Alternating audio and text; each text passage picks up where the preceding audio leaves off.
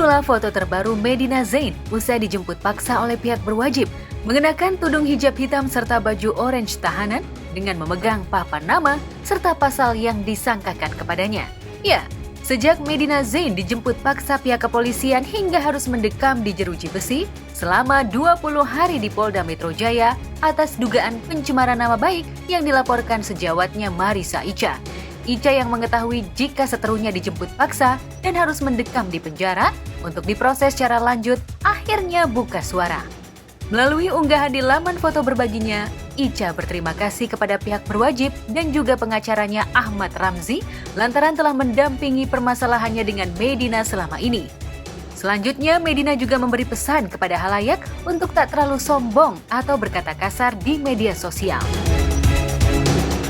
Dengan kasus yang menimpa saudara Marissa, saudari Medina Zain, saat ini yang bersangkutan sudah dilakukan penahanan ya di Polda Metro Jaya terkait dengan adanya laporan dari pelapor atas nama Uci Claudia. Kemudian juga ada sekarang laporan dari saudara Marissa Icha yang juga sedang berproses di Polda Metro, sehingga terkait dengan hal ini kemarin kita paksa melakukan upaya penjemputan terhadap saudari Medina Zain karena yang bersangkutan terkait dengan laporan ini ya sudah 2 kali dilakukan pemanggilan oleh penyidik, namun tidak datang. Kemudian tidak menyampaikan alasan yang bisa dipahami atau dimengerti oleh penyidik atau bisa dikatakan tanpa alasan yang jelas.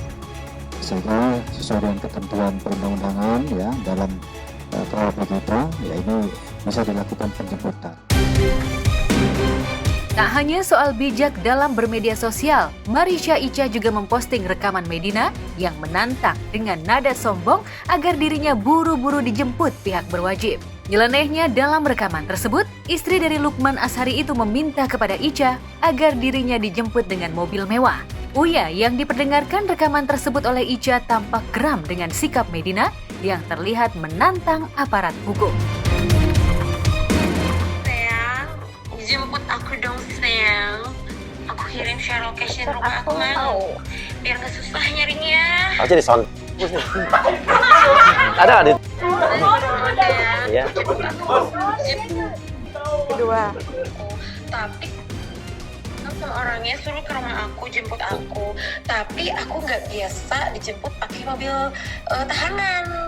Aku tuh kalau kemarin ditangkap sama Polda Metro 2019 tuh mobilnya minimal gitu. Jadi mobilnya yang bagus ya. Biasanya nggak terlalu ketinggian sih kalau aku. Ya Fortuner. Kemarin aja kasus aku 2019 sampai ke dirnya sampai ketemu aku. Ya bangga. Kalau emang bisa ya pakai dir aja. Kenapa enggak? Emang lo pikir kalau misalkan lo pikir ini kasus recehan, kenapa lo harus lapornya sampai ke Polda Metro? Hello. Jadi intinya tadi aku udah nelfon lawyer aku ya. Aku minta dijemputnya pakai ini boleh nggak? Pakai film. Oh, mau dijual ke gua. Aku nggak mau. Fortuner sakit badan. Aku dari Bandung ke Jakarta kan ya Mbak, sakit punggung. Jadi tolong pakai. Ya nanti nggak apa-apa, saya lebih saya bayar. Mau jual kuku aja mobil orang. Terus one more. Gini. Nanti kalau misalkan aku jadi dijemput, aku minta poluan yang cepet ya. Ada poluannya. Soalnya pengen ditemenin sama cewek, gak mau sama cowok. Banyak banget requestnya yang mau dijemput aja ya. Dugaan bahkan ungkapan Medina yang sulit disentuh pihak berwajib meski banyak laporan soal dugaan penipuan hingga pencemaran nama baik seolah sirna. Menurut Icha, laporannya yang lain serta beberapa rekan sejawatnya seperti Uci Claudia serta Uya Kuya dan Dennis Kariesta masih terus diproses pihak berwajib. Bahkan jika kasus hukum itu semua berjalan, lantas bagaimana nasib Medina? Aku baru laporin di tahun ini, aku baru laporin MZ, belum ada laporan yang lain. Saya bingung nih, misalnya andai kata laporan ini kan kamu udah jadi tersangka. Laporan yang kedua lagi proses. Ada laporan saya juga. Iya. Kalau jalan semua tuh gimana ya? Kira-kira ya? Benar nggak sih?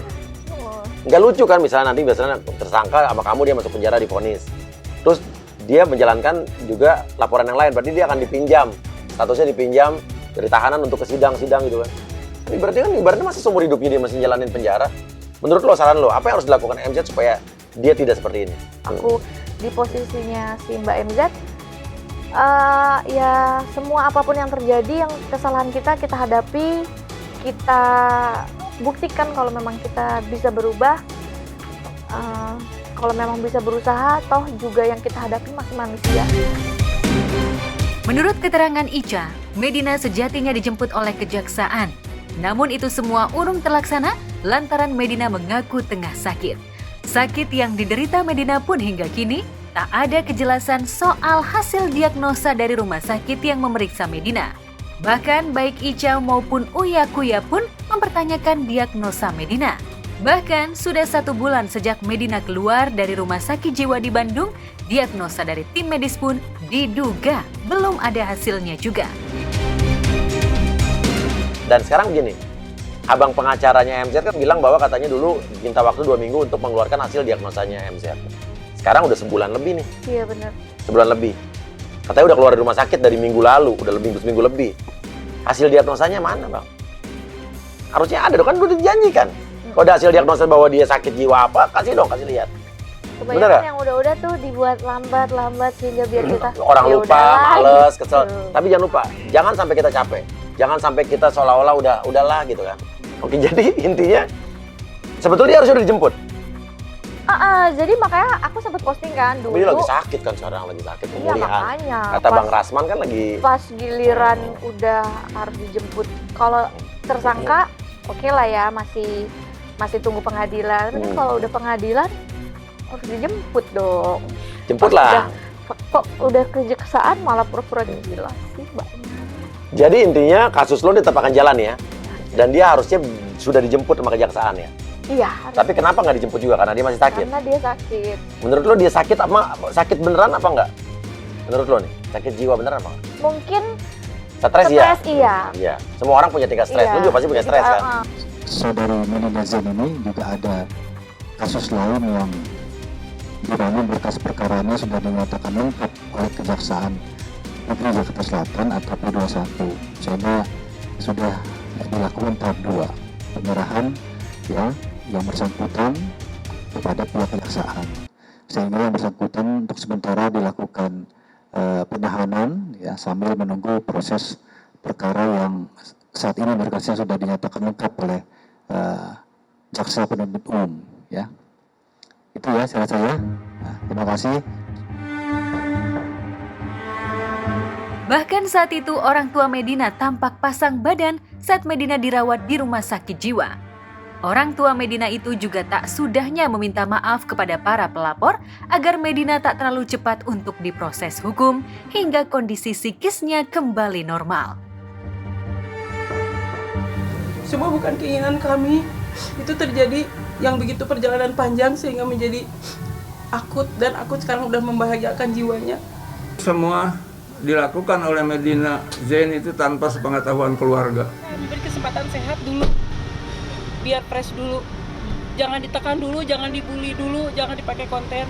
Mohon Mas, mohon Mbak, mohon bagaimana kalau menimpa keluarga kita, akan seperti apa hancurnya keluarga. Dan itu bukan keinginan kita. Mohon, semua pasti punya hati, punya kebijaksanaan. Mohon sekali sama Mas, sama Mbak, mohon. Dari hati yang paling dalam, Ibu mohon. Dan kini Medina tengah merasakan tulah atas apa yang ia perbuat. Sambil menunggu kasus yang sudah P21, Medina harus meringkuk di Hotel Prodeo Polda Metro Jaya selama beberapa minggu ke depan. Lantas, akankah Medina kembali bisa menghindari dari jerat hukum sama seperti yang sudah-sudah?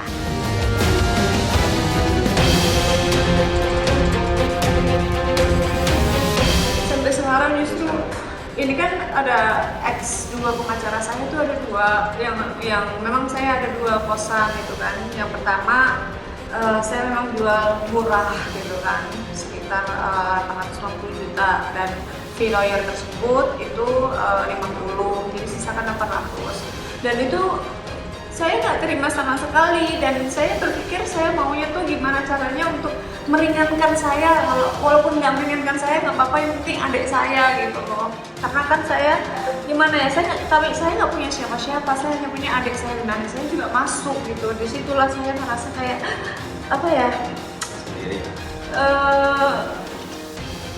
nggak ada yang bantu gitu. Terus hampir setiap hari datang bilang mau bantu, saya diiming-imingin pasti kamu akan bebas, pasti kamu akan keluar. Saya deket dengan penyidiknya, saya deket dengan pihak-pihak berwajib, pokoknya kamu akan bebas, tapi harus perlu dana. Dan saya cuma ada satu sertifikat yang bisa dijual, dan jujur saya berikan surat kuasa jual, tapi bukan kuasa terima dana, karena saya bilang penerima dananya nanti itu diberikan ke mama saya, ke rekening mama saya. Setelah itu dijual, mama saya hanya diberikan uang itu transfer 415 juta. Seingat mama saya ya, dan sisanya itu saya nggak tahu itu kemana. Tidak, spesial pun saya tidak menerima uangnya sama sekali, bahkan adik saya pun tidak menerima sama sekali. Justru ada yang menceritakan kepada saya, yaitu seorang ibu-ibu yang masih tinggal di penginapan saya itu. Mereka itu merencanakan bagaimana caranya saya ini dihukum setinggi-tingginya agar saya tidak mengusuk uang tersebut. Yang pertama kan katanya 800 juta, yang kedua yang di Salemba 1,7, itu aja belinya ya? Itu saya beli awalnya, tapi jualnya berapa saya nggak tahu, uangnya kemana aja juga saya nggak tahu. Ya.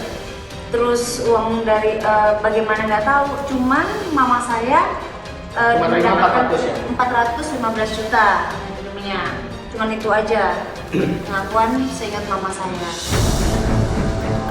Di tempat terpisah, Sintiara Alona yang baru menghirup udara bebas terkait kasus penyedia hotel tempat prostitusi anak di bawah umur justru harus menghadapi himpitan masalah lantaran ia diduga ditipu oleh mantan pengacaranya. Buntut dari penipuan itu, Alona harus mengalami kerugian yang jumlahnya tak main-main, mencapai miliaran rupiah.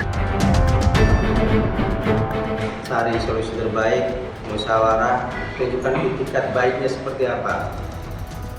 Jangan sampai memalukan profesi.